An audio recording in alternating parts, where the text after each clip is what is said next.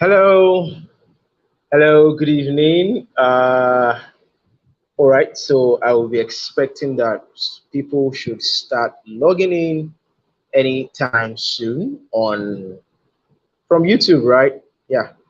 So just to be sure that everything is working very well, let me check the YouTube page. But of course, I'm expecting that people should be able to find this. I've not seen any comments yet.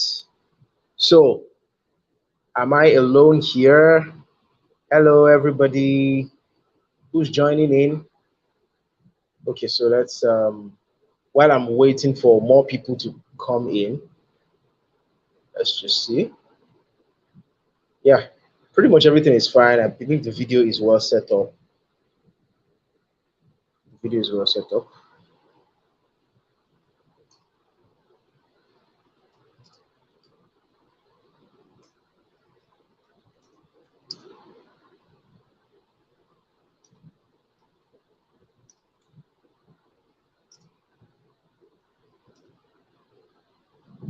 Okay, so if you can see me and you can hear me, please kindly um, leave a comment in the comment section. If you can see me, if you can hear me, leave a comment in the comment section. Leave a comment in the comment section. That really helps. It really, really helps. It really helps. So please leave a comment in the comment section. If you can see me, if you can hear me, leave a comment in the comment section. That really helps. We'll have just two people in here. All right, Esther Onoha, I can see you. This is the beauty of technology. I love this. I absolutely love this. So if you can hear me loud and clear, please type loud and clear so that I know that there is no lag, there is no, delay and stuff like that. So we can proceed right there. And then I want to believe that more people will join us as the times go by. I can see two viewers in the house. I guess that's myself on my other laptop, and then someone else, which is Esther. All right, and if you think that there are people here whom you should actually invite, please make sure that you tell them about it already. We're going to get to some points where some people actually will start regretting not having told their friends about this. Trust me, we're definitely going to get to that point because I'm going to be dropping some really, really important, really powerful points. For everyone that can help you get ahead. Just really, really. I mean, that can at least speed up the process, speed up your journey, right? In this whole space. So please, all right. So we have three people. Who's the next person here? We're basically three right now. I don't know who the third person is, so I would appreciate if the person could actually drop a comment so I know, okay, that's someone, so I know who it is. I'm sure it's not a ghost that joined us, right? Okay. Basically, this is a test run. Just a little bit of an intro while we're waiting for people. El Samuel, nice one. It's nice to have you here. It's nice to have you here. So this is basically a test run. The plan is for me to do this every week, right? Once every week. But then I'm thinking that we might be interchanging, we might be interswitching between Clubhouse and YouTube. So the way I conceived it in my head is that this is going to happen like every week is going to be on Clubhouse, but then once a month we will have a YouTube version, right? So where we can see our faces. I mean, everybody can see my face and stuff like that. So that's what I've been thinking, and I think that's the pattern we're going to follow. And the reason as much as video, someone says I'm from the metaverse now. So as much as as much as video is really a very, very good way to connect with people, we can't also still forget that we are living in a country where things are still internet is still relatively expensive compared to what you get in the first world countries, in other countries, basically like that. So we have to take that into consideration. I've been thinking that audio, which is what Clubhouse is, could be a much better option, non-intrusive option, in the sense that it allows you to multitask. You can actually be doing other things while you are actually participating in the live session. So audio allows you to do that. So it's non-intrusive. It allows you to multitask and all that. So I thought that that would be a good way to keep things really consistent. And then once a month, maybe once a month or twice a month, then we can come on YouTube, and then we can use YouTube and stuff like that. So that's basically it. I don't want to waste too much time. Um, my plan is to start around, say, 8:10, to allow maybe for more people. Let me just quickly check what's going on WhatsApp quickly. Just a few seconds, please. Let me see what people are saying on WhatsApp, so I'll know, hopefully, that I'm not talking to myself. Okay, close this one. WhatsApp, what's up? Um, oh, really? You want to start downloading messages again at this point? No, we're not going to wait for that. We're not going to wait for that. All right. Anyways, while WhatsApp is doing its own, let's get started right away. I want to be known for keeping to time. I want to be known for keeping to time. So I don't want to, it doesn't matter to me if it's one person, because people are going to watch the replay later, right? And I don't want a situation where they will have to wait for one very lengthy pep talk before they have to get to the meat of the matter. So this is the pattern that this is going to follow, right? Um, First off, we are going to this is what the agenda looks like actually. Number one is, um, I'm going to give you a few words of advice. I have a couple of things that I've actually written down and noted that I actually said that I wanted to share with people, right? And then after that, then I'm going to answer the questions, the Q&A, because quite a number of people sent in questions, right? And I want to do justice to the questions that they sent in. So I'm going to, as much as possible, we're going to answer that. And then the last thing I will talk about is how to tackle information overload, information, paralysis, or knowledge paralysis, as people may call it. So yeah, so that's basically the flow that we're going to follow. So we're going to get started right away, because it's very, very important to me, right, that every time people come in contact with anything that I'm doing in terms of maybe teaching or sharing, stuff like that, I want people to remember it, that, oh, because this person gave me this tip, right, I was able to move faster. I was able to do quicker, right, than if I had not, if I had not been told what's up. So that is very, very, very, very important to me. So, and I want to make sure that I'm always delivering on that. So um while the number of people in here compared to the number of people who sent in their how would I call it right now, their questions, while the number is not really encouraging, right? But I'm going to go ahead and do what I want to do because of the people who have joined already. But I am most likely going to switch off the strategy around this for next time. If we're going to do this again, right?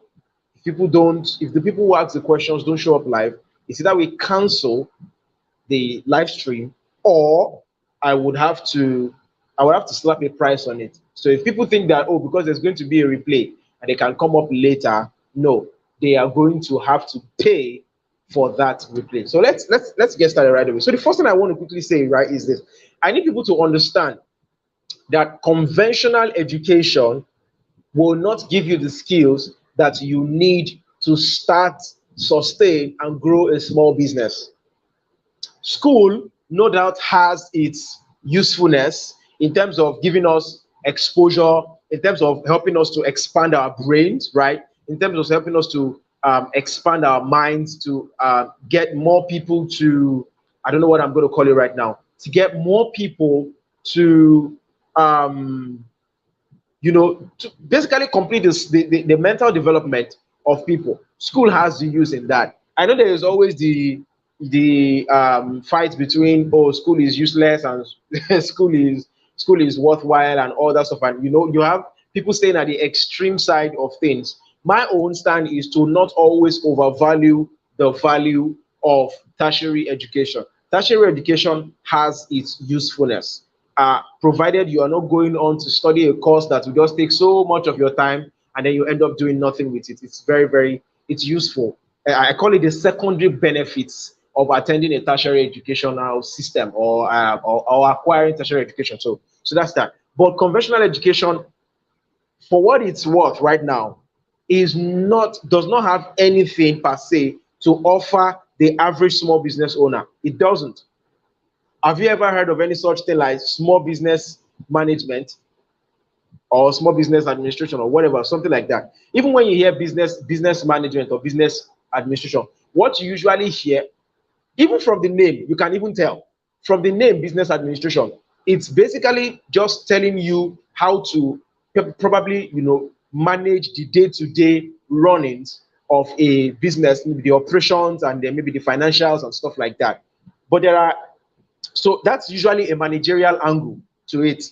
But when it comes to one of the most critical, one of the most important aspects of running a business, for example, sales and marketing, for example, there is almost no relevant 21st century relevant information.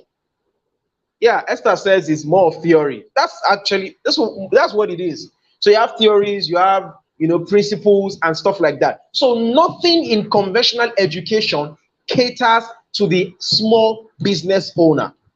It basically means that it's not our responsibility to go elsewhere to learn the skills. That's what it is. It's as simple as that. You have to go elsewhere to learn the skills. And this is the earliest people understand this, the better they will know. If people know this early, right, they will stop. How would I put this right now? They will stop expecting school to give them the skills or the knowledge that they are going to require to run their businesses later. This is very important. So that's number one. So it follows, and that not just that, it also follows that some people now, what usually happens is when some people have now even realized this, then they now start learning by trial and error, right? They start a business and they are just winging it and hoping that somehow things are going to, just happen and come together and everything is going to be fine. That is not going to happen. You already know that you have not been equipped. Then the worst thing you can do is to go ahead and try to wing it, right? It doesn't make sense. It doesn't make any sense whatsoever. It makes absolutely no sense. So that's number one. So we basically have to, just as in the same way that we go we acquire formal education. The same way we acquire formal education for the other things that we've learned, the same way we must also acquire a formalized and organized relevant education for the small business. When I tell people go to school, like, okay, because I am more in the sales and marketing field, right? I often tell them go to marketing school. Stop doing you're posting online. You're just posting posts. You are boosting posts. People are doing idea marketing. People are willing to pay money to spend 4 years in university acquiring a certificate that is not very relevant in the modern world, right? But when it comes to the education that they need the most in order for them to be where they truly want to be, they have a problem. It's dumb. So I usually tell people, get a formal education in small, go to marketing school. All this, you start writing posts and then you are wondering why you're not getting sales. You don't know whether your headlines are good. You don't know what an offer is. You don't know. I mean, so many things you don't know. And then you just keep winging it and hoping that one day, you will be there. You will have thousands of followers online. And then you also have a lot of, how would I put it right now? You would also have a lot of, I don't know what to call it right now. The word has escaped me. A lot of customers. That is not going to happen. It's so not going to happen at all, right? It's not going to happen. So that's number one. So we must get an education to grow our small businesses.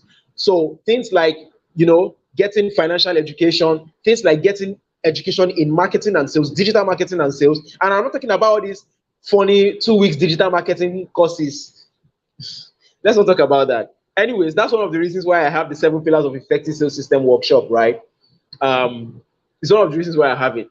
That's where I train small business owners in the foundations of online selling, the principles and the structures that you must have in place if you are going to sell successfully online. I have it in the I say small 7 pillars workshop, right? So that's it. That's essentially it, right? So let's get on. All right. So then number two, okay, I already mentioned this by accident in passing, in that one of the skills that you must learn as a small business owner, it's not negotiable.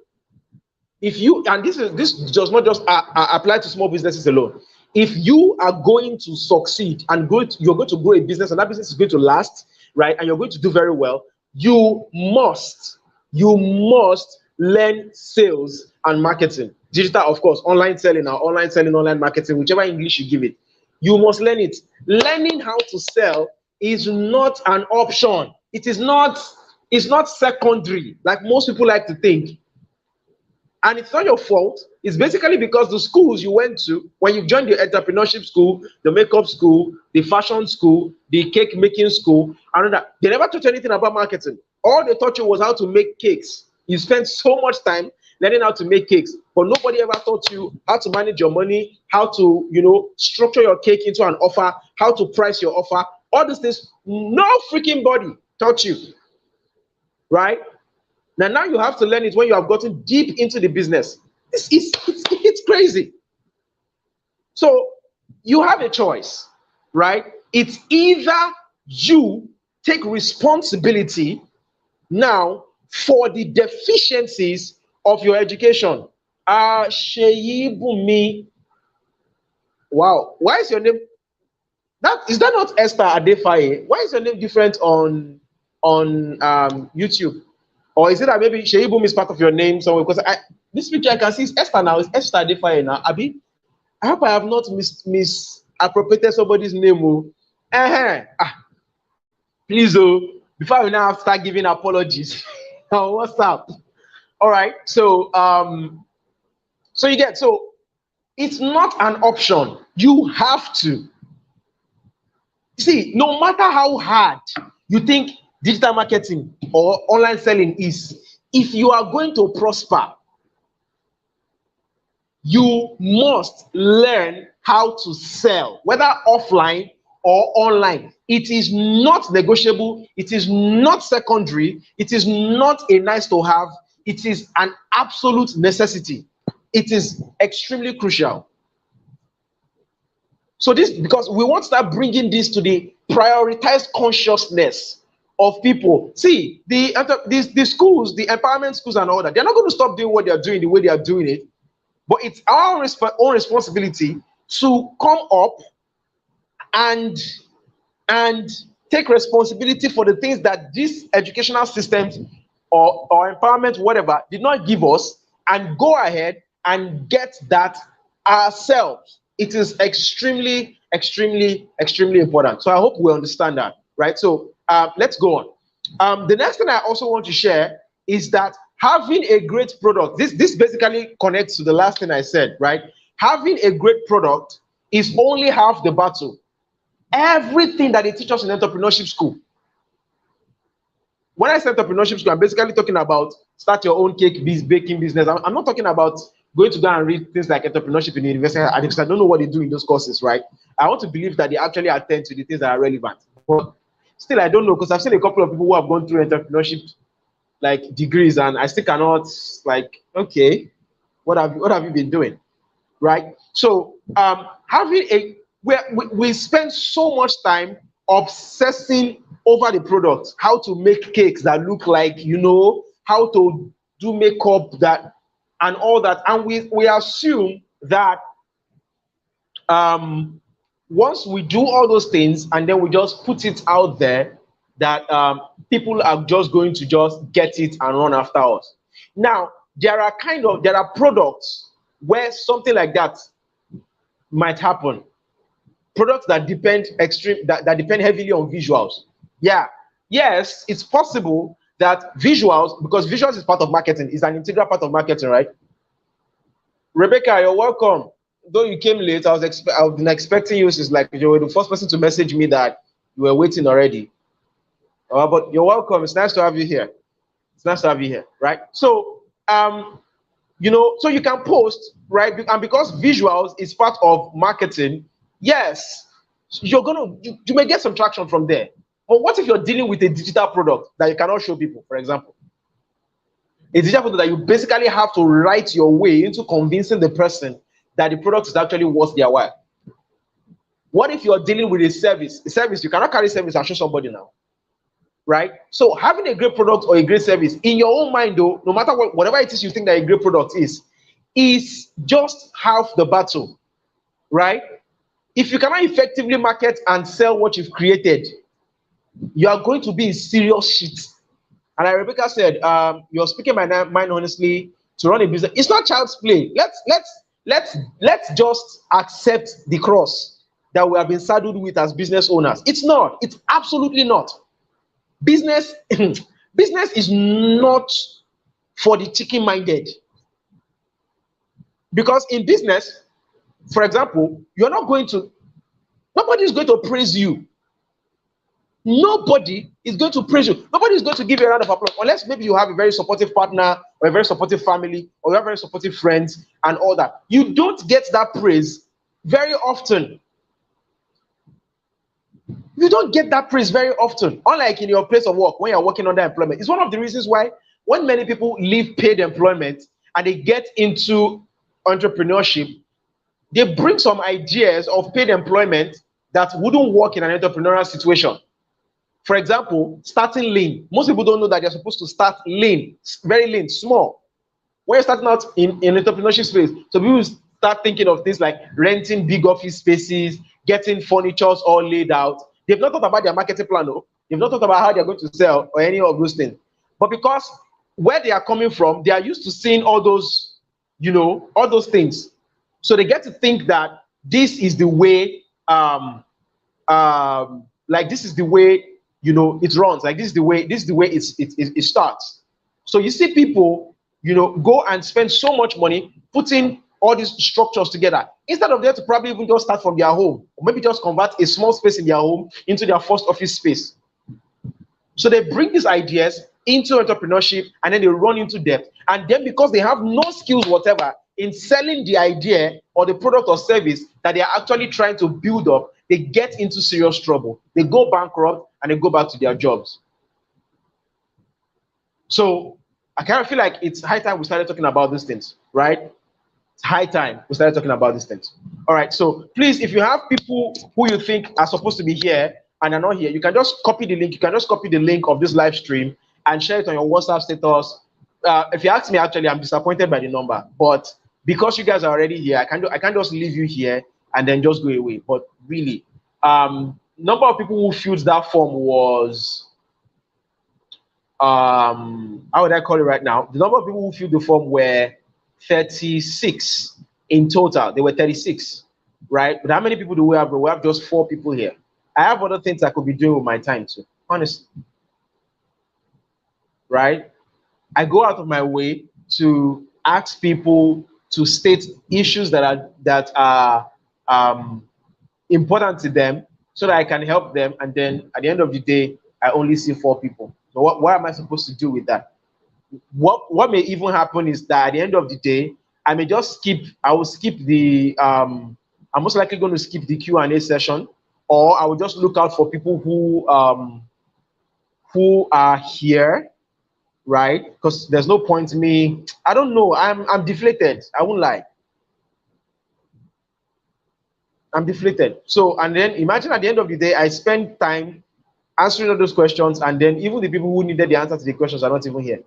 So maybe the best thing I would do is probably just, I will pick out the questions of people who are here right now, right? I will look at the comment section. So if you're just coming in, you want to leave a comment in the comment section.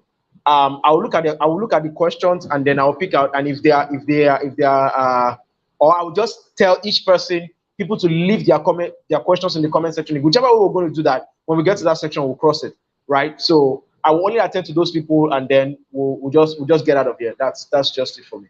All right. So yeah. So I already said learning is not an option. It's not an option. Like you just need to get the education. You need to get the education. It's so crucial. It's so critical. There is no way around it. All right. Then this one, when I tell people this one, I'm going to mention right now, people are usually shocked. In fact, up to the point that people end up arguing blindly with me on Facebook until they understand exactly what I meant or what I was trying to say, right? And this is it. Paid advertising is not going to save your business. Let me rephrase that so that you understand me correctly. Paid advertising alone, right? Now, don't get me wrong. I always encourage people to start learning paid ads as soon as possible, especially when you are still at the level where you don't have the budget to be able to pay an advertising expert. If you end up having the budget, don't worry, the next point I'm going to mention will attend to you. But if you don't, it is very important that you start, because you need a combination of free traffic and paid traffic, right? See, the truth is, free traffic is slow. It's slow unless you accidentally hit a jackpot, right? It's slow. Generally speaking, it is slow, and it takes manual work. That's the thing. In the case of paid traffic, your money is working for you, right? But in the case of free, your energy and time is what you are putting into building up that traffic, right? Even though free traffic is essentially going to be for your long-term game. Now, when I'm talking about that, I'm talking about the kind of traffic that you have already built over time, that are already with you, not the ones that are still going to go and source. So the ones that are already with you, the people who are viewing your WhatsApp status, the people who are on your email list, the people who are on your social media account, your social media followers, those ones you have already earned them.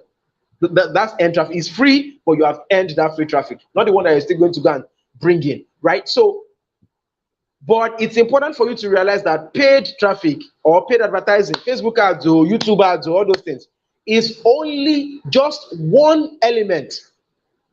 Paid traffic is just one element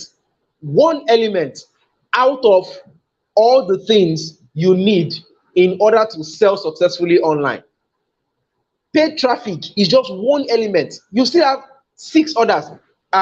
In the 7 pillars of effective sales system, which is my workshop, right? I go into details about all the other pillars that you must have in place, right? Just think about it like a gun, right? For a gun to fire, there are several parts that make it up. So you have the trigger, you have the pin, right? You have the bullets itself, you have the barrel, you have several things. If any of those things are missing, that gun may not work very well, or it may not work at all, or it may end up even damaging or wounding the person who is okay. For example, imagine a gun that has no barrel, it only has chamber. When you shoot that gun, the trigger is going to strike the bullet canister, and then there'll be an explosion. And when that explosion, the explosion is, because there's no barrel, that explosion is going to come out really quickly, very close to your hand, and probably injure you. That's if we were to imagine a gun that has no barrel, right? I've not fired a gun before, but I pretty much know how a gun works. I know how a gun works. So you need the barrel. So the same way, think of your online sales process as a machine, right? The job of traffic is to bring people to you. That's all. Guys, that is all. The only job of traffic generation is to bring people who are interested in what you have to you. Once that is done, that's where it ends. How you then go ahead to relate with these people, to develop a relationship with them, to qualify them, and then to get them to a point where they are going to be buying your stuff is a different story entirely. This is very important. So, because I see a lot of business owners, they come to my inbox, do you run ads for people? I don't blame them. No, it's not their fault that they think it's only ads. But many of these people don't have a structured out. When you are running ads, you are like somebody who is handing out invitation cards to people at a party. That's what you are. Or sorry, handing out invitation cards for a party rather. If people are going to come to your party, right? Or when people get to your party, right? If the party is not interesting, they are going to leave. That's what happens when you ask somebody to run ads for you and you do not have any structured setup of how you are going to manage that traffic and convert them into paying clients. So please disabuse your mind. You need to learn, if you can, right? You need to learn paid ads. And I tell people, you are looking for cheap Facebook ads courses. You are looking for 2,000 naira course, 3,000 naira course. It can get you started, no doubt, but who will you give feedback to? Who will you give feedback to? Who will tell you when what you are doing is wrong? Who will you give feedback to? Who will tell you when something you're doing is wrong? Who? I don't know if you understand. So when I tell people good Facebook advertising courses start from like 50,000 naira upwards, up to the tune of 3,000, $5,000, depending on which level you want to play at. It's very important. Because small business owners, we always have this very, very disgusting, I don't know what to call it right now, management of, we manage things or we manage money at the wrong time. We manage money at the wrong time. We manage money in places where we're not supposed to be managing money. So they tell you, oh, you want to learn paid ads, oh, the cost is 55K, is 100K. You now start shouting, forgetting that once you earn that skill, you will be able to bring in people consistently into your business forever without necessarily having to pay probably that same amount again for another course, unless maybe things change, things get upgraded, and you have to do continuing education. We need to start prioritizing the education that we need for the growth of our businesses the same way we prioritize conventional education. It's very important. If not, many of us are going to be self-sabotaging the growth and the success of our own businesses. And eventually, we'll give up and close shop, or we'll stop selling online. We'll just focus offline, and that's the end of it. So please, that's that. So please, if you want to get knowledge on all the other 7 pillars, like all the other 6 pillars, there are 7, right? Traffic generation is just one of them. We still have like several others.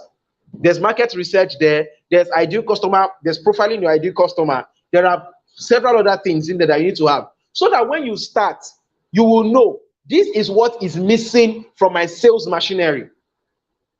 And then you can go about to learn the skills that are necessary to fix that and move on to profits. We have already agreed. Running a business is not easy. That's just the truth.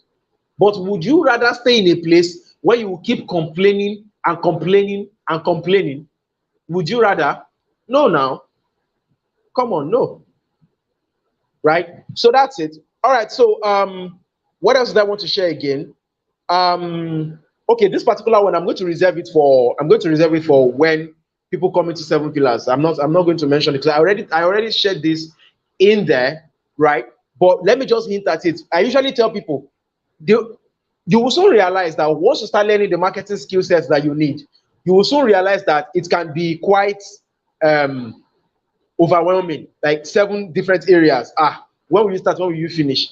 It can become pretty. So I usually tell people, there are, out of the 7, there are 4 areas that you must be very good at.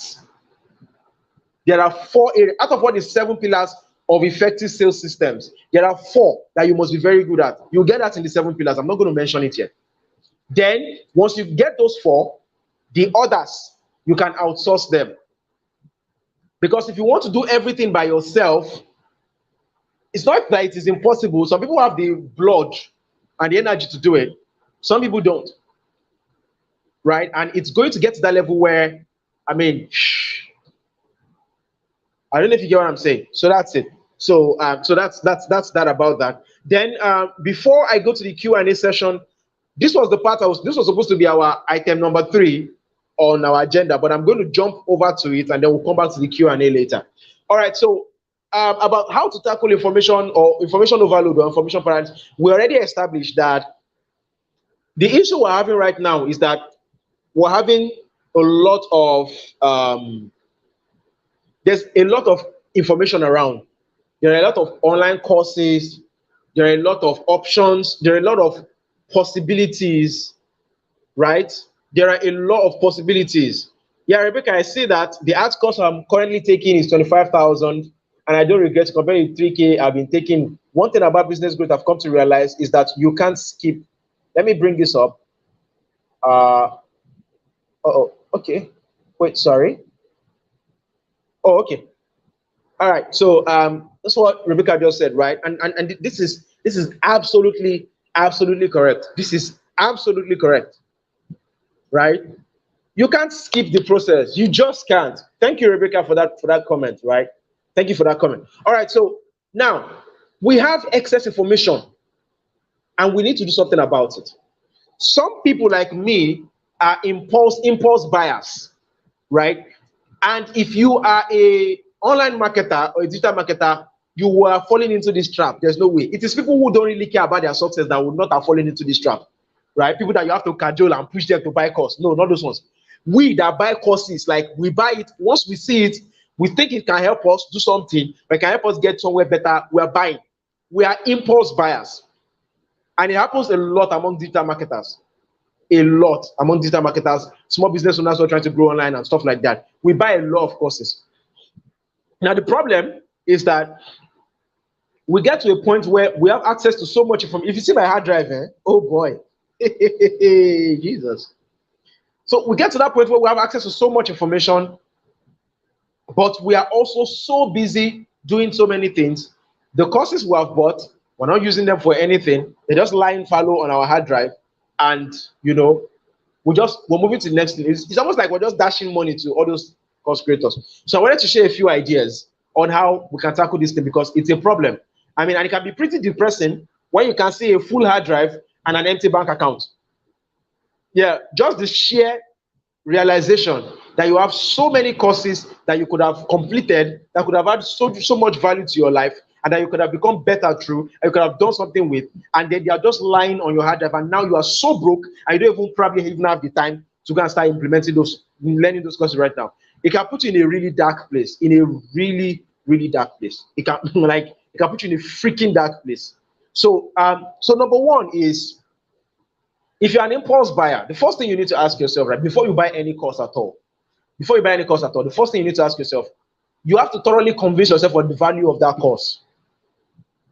Do you know that some of us actually buy courses that we already have a replica of it? Like, we have a course that has another course. Like, no, we are trying to buy a course that another course that we have bought before already addresses. That's the thing. But because you never took time to even pay attention to the course you bought before, you end up going to go and buy another course again that is addressing similar issues. So first off is, you need to first thoroughly convince yourself on the value of that course. Is it really necessary? That's the first question you need to ask. Is it really, does it have a place that it is going to fill in my life? That's number one. Now, pretty much most of us, including myself, we say, yes, of course, it can help me do this, it can help me achieve this and stuff like that. And that's true. So many of us will kind of pass this stage and we will buy, right? Now get to stage two. Stage two is, so one of the things that I learned from, I think this was from Melissa Griffith or something. I can't, Melissa Griffin, I think. I can't remember. I think she's the one. She says if that thing she wants to do is not on the calendar, it's not getting done. What that means is the moment she forgets to put that stuff up as a task on her calendar, the chances of it ever getting done is almost zero. So my second suggestion is that you should convert your learning task into learning goals. Like start planning, like plan for what you are going to learn in any particular month or in any particular week or something, and include it on a calendar or include it on a planner. If you just buy the course and tell yourself you will go through it later, the chances of it happening is extremely, extremely slim. The chances of it happening is extremely slim if you did not plan for it. I know many of us did used to think of learning tasks or learning goals as I don't know what to call it right now. Which English should I use? We usually don't think of learning tasks as things that we should actually plan or budget for, right? Exactly. So what you should do, like I said, is put it up on a calendar so that you are seeing it, or on your planner rather. And then another thing you could also do is give yourself a deadline.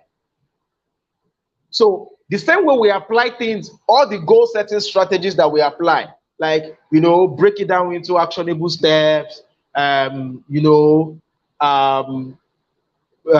basically do this, do this, do this. This is going to be done on this day. This is going to be done on this day. That's going to be done on that day, and stuff like that. You can also apply it to your learning processes. So that's number two.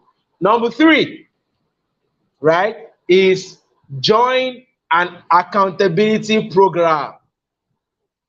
Join an accountability program. It may cost you money, but why I reserve this point for the last, right? Why I reserve this point for the last is because I understand one thing, that your environment is more powerful than your willpower. You may want to note that down. Your environment is more powerful than your willpower. When a person is trying to stop smoking, right, no matter how much they are, how would I call it? No matter how much they are committed to stop smoking, if they are still in the environment of smokers, the chances that they will be able to stop smoking is very, very slim. So one of the ways to help somebody like that is to remove them from that environment. Yes, I just saw a comment right now. Undu David, that's true. It's exactly what it is. Self-discipline is the most expensive. I like this. I like this. This is really cool. But I'm going to note this down, and I'm going to put Undu David, Ijebuland, 1827. Thanks, David, for that. This is really cool. This is really cool. So it's hard.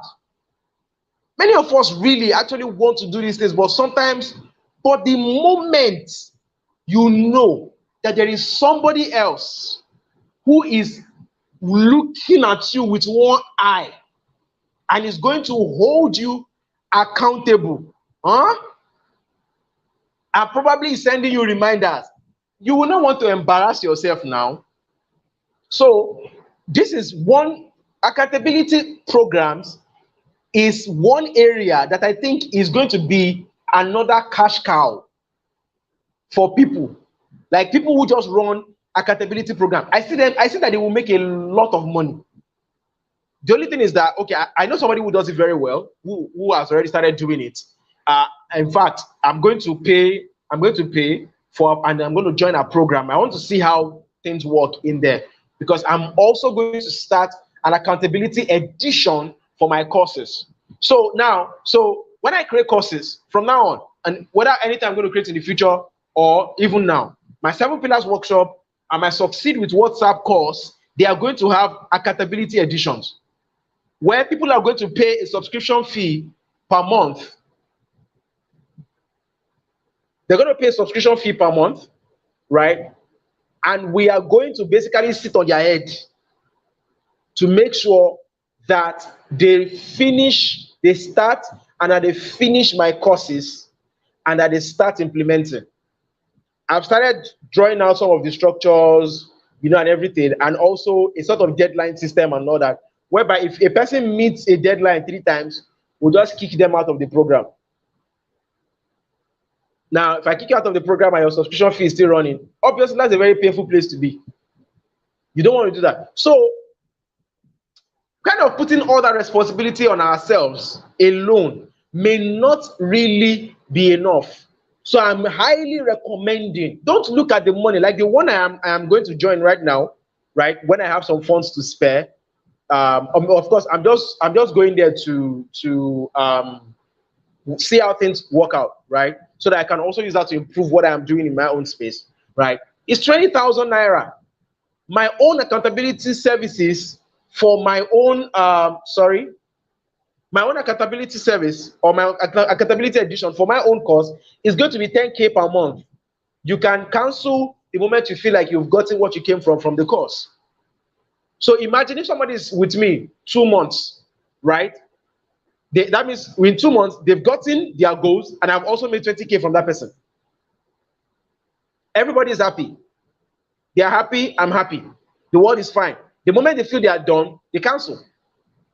And then, of course, because I will keep telling, because the more people you have, at least if you have like 100 people who bought the basic normal edition, right? And then you have like maybe 10 of those people who bought the accountability edition.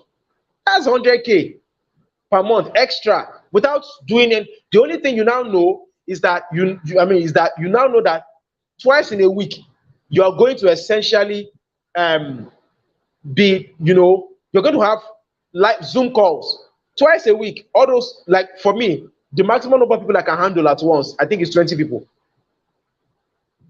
Maximum number of people I can handle at once, 20 people. And then twice a week we'll go live. And so, it goes on like that. And then once the number exceeds 20, I will get other people from within my courses who are doing very well, right? And then I will put them as, like, they will basically head the other sections.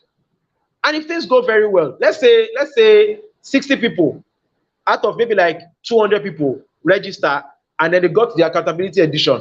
That's 100K for them, 100K for the other person, 100K for me, I'm good. Well, I take a portion of the profit, maybe like 30%, and then they run that, and then everybody's happy.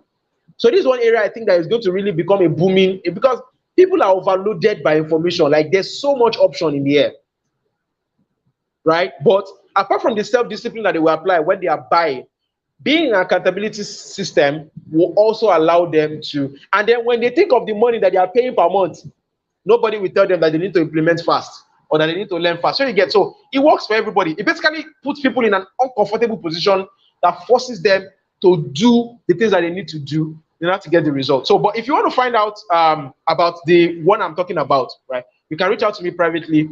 I'll get the link and send to you. But if you want to sign up, you let me know before you sign up. That's very important for you to tell me. So that's basically, those are my ideas on how to handle information overload. First off, don't buy things anyhow. Stop buying impulsively. Make your learning tasks into goals, like add it to your calendar. And then, of course, join an accountability program to finally put a nail in that coffin to make sure that you do it. So that's that. So we've come to the end of the everything that I wanted to basically share from my own end for this. So let me see. I'm going to check out the question and answers. Sorry, I said question and answers. The questions that people asked. Let me open my Excel sheet. Um, let's see. Okay, so Q&A exclusive. Okay, so usually when I'm doing something like this, I'm going to start out with people who are my customers, people who are bought stuff from me. Those are people I'm going to start from. Once I'm done with those, then we'll move over to people who have not, I don't know what to call it right now, who are not my existing customers. So I'm going to check out the names in the comment section and see Esther Onoha. Okay, let me see. Sheyi Bumi, Esther Adefaye, are you here? Let me see. Nana Odoefe Nwaka. Karen, I saw you. Karen is here. Yeah. Okay, Rebecca, no problems. That's fine. Karen is there, so I think I'm going to start off with Karen. Karen, are you still around? I don't want to answer your question in absentia. If you're not here, I ain't answering. While I'm waiting for that, Chuka is not here also. Joseph Tosin Daniel Adepoju, Oyekunle, Okoye, Olukemi. Okay, it seems Karen is not around.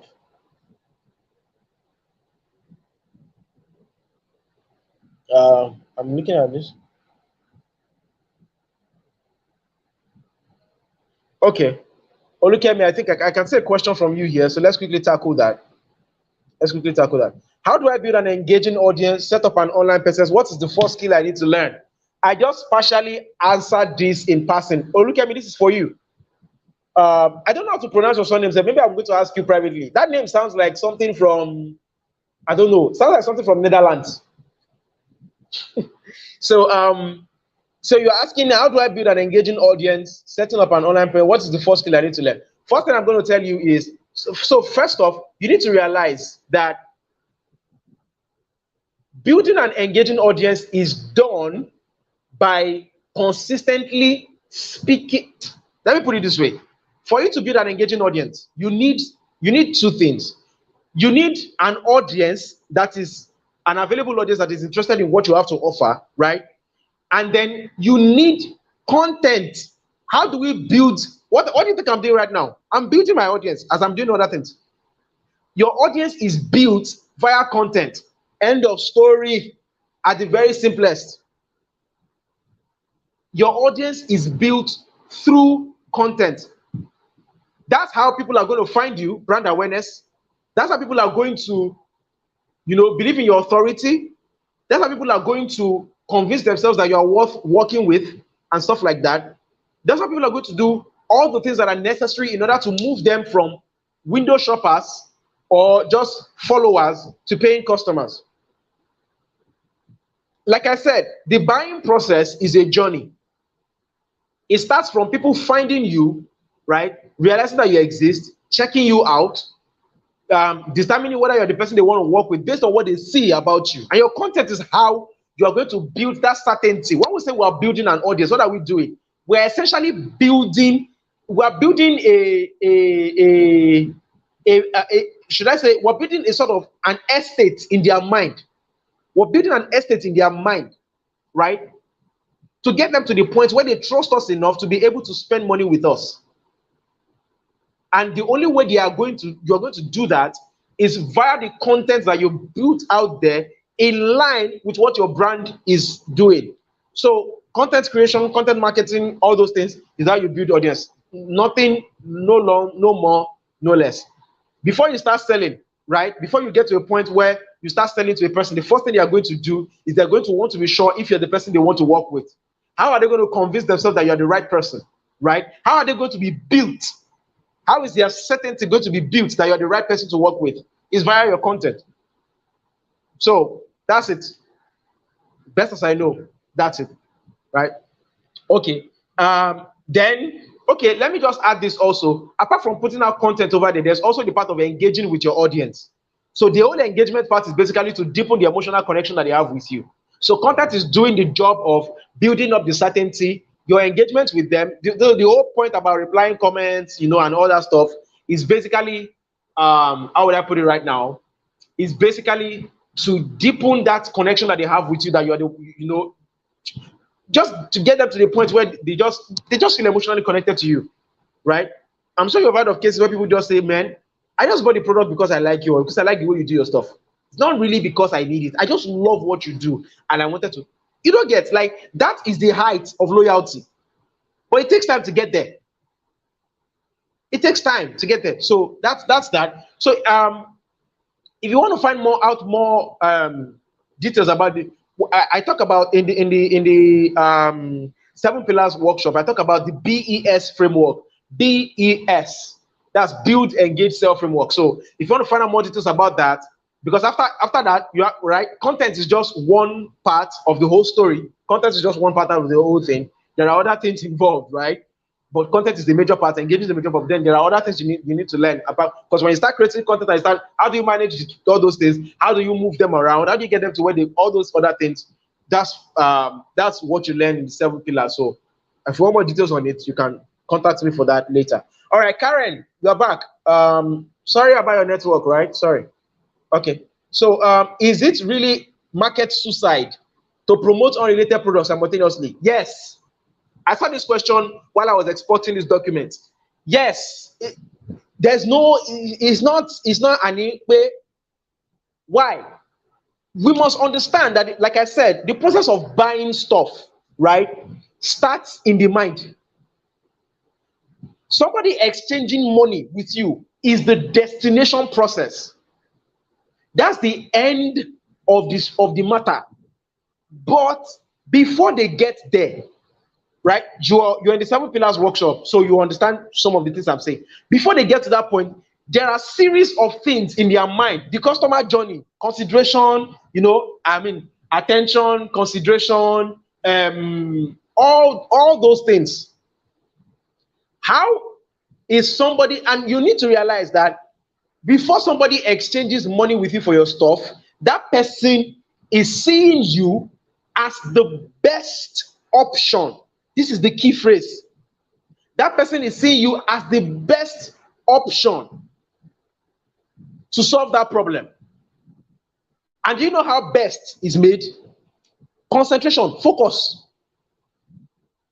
Focus is how best is made.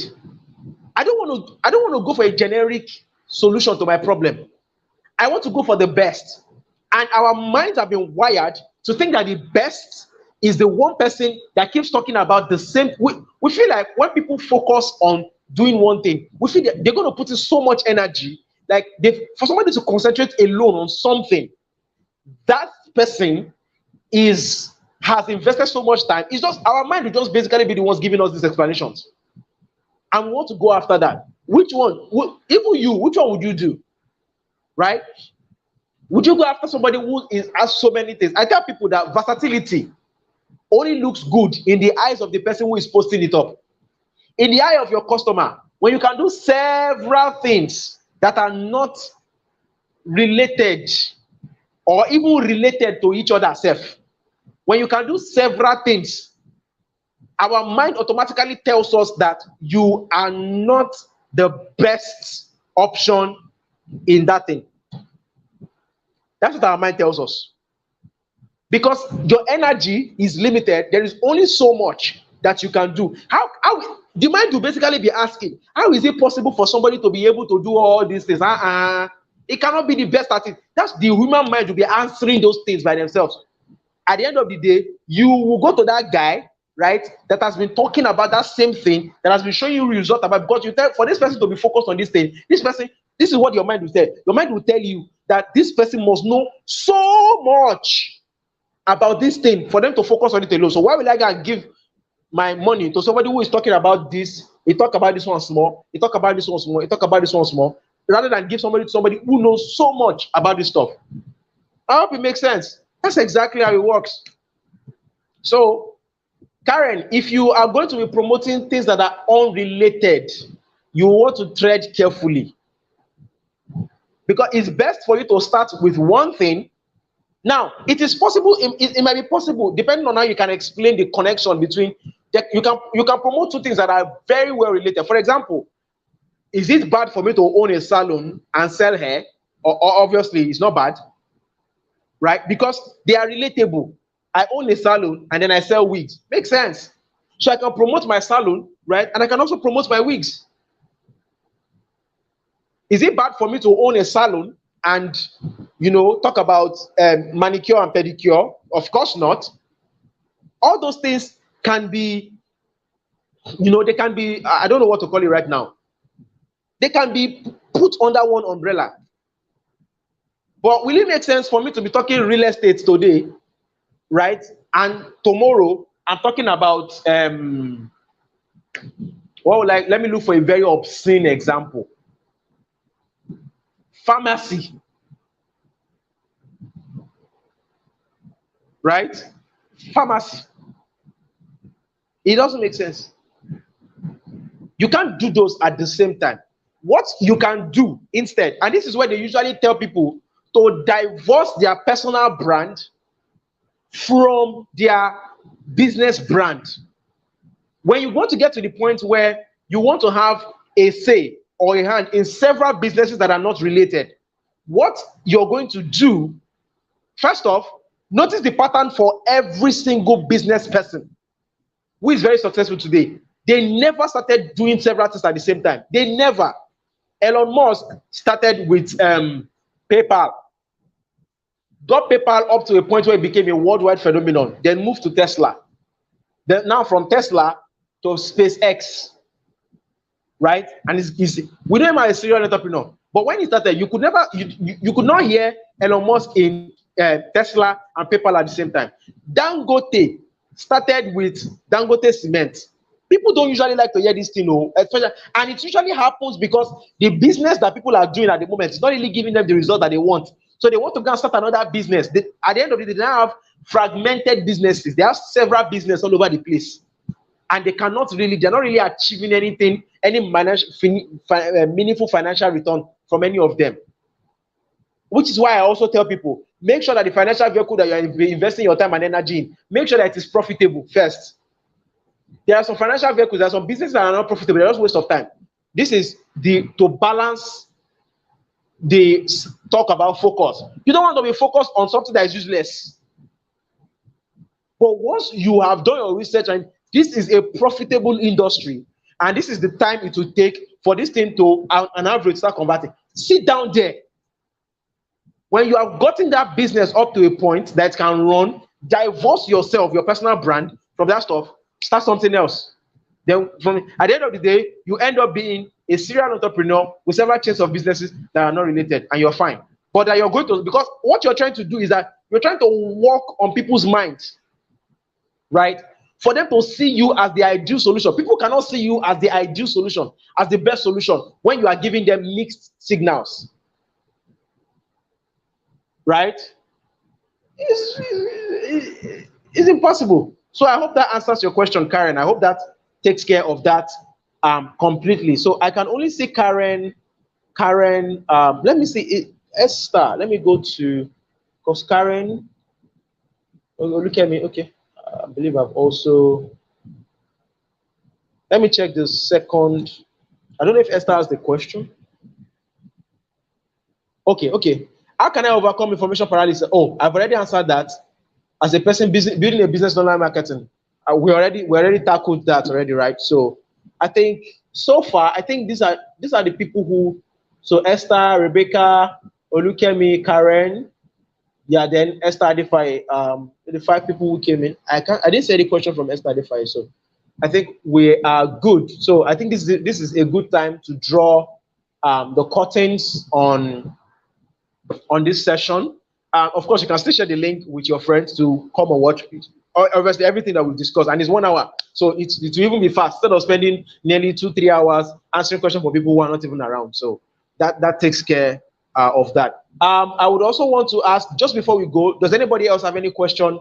Maybe you can put it in the comment section, and we'll quickly take that before we leave, so that we can be out of here in no time, right? So if you have any question, so while I'm waiting for the question, so basically what we're going to be doing is every Wednesday we're going to have a session like this, right? And but it's going to be like, but I'll let you know, but it's going to be like 3 times on Clubhouse, once on YouTube, right? I want to, because people have the excuse of data, data, data, and of course, and video being what it is, you have to sit there and concentrate and watch it, right? But audio, you can plug your audio, and then be listening, and we can even bring people up to come and talk and stuff like that. So we're going to be doing 3 times in any month. It's going to be 3 times on Clubhouse, once on YouTube, but you will always get updates from me. As to how the things are going to run. So I believe that pretty much brings us to the end of it. Okay, so I think we're good.